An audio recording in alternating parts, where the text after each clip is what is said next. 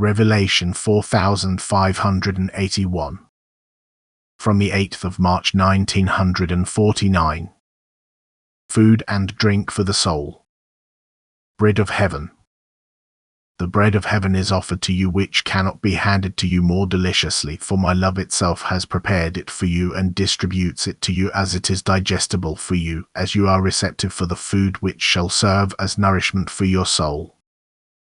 The fact that you need nourishment to help you mature is something I have to present to you again and again so that you don't neglect to take it in, yet the form in which I administer it to you depends on how you utilize the spiritual nourishment, for whatever you receive you must not let lie idle but use it for your ascent development. You cannot accomplish any work if you lack strength, and thus you must also be strengthened in order to carry out the most important work, the transformation of your soul. And I want to give you this strengthening by offering you the bread of heaven. Your body demands food and drink every day, and you will not deny it what it needs for sustenance.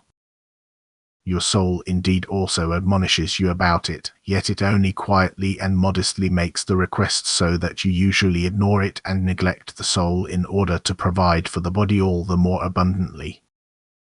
And thus I myself come to its aid. I want to give it food and drink, but need your consent that you turn to the soul, that you therefore also use the gift which comes from above according to its purpose.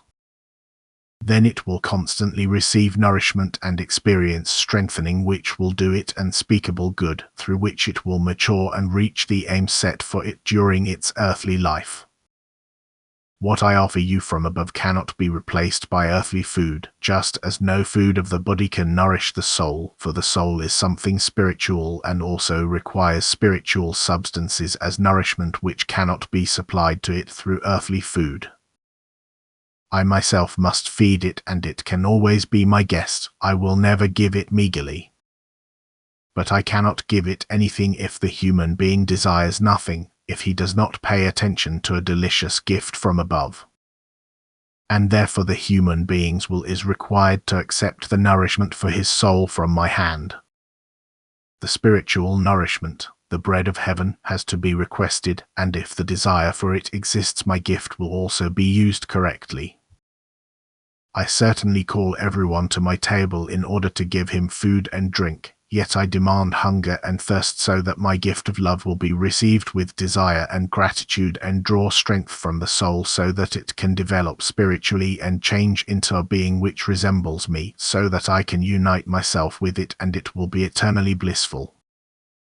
Amen.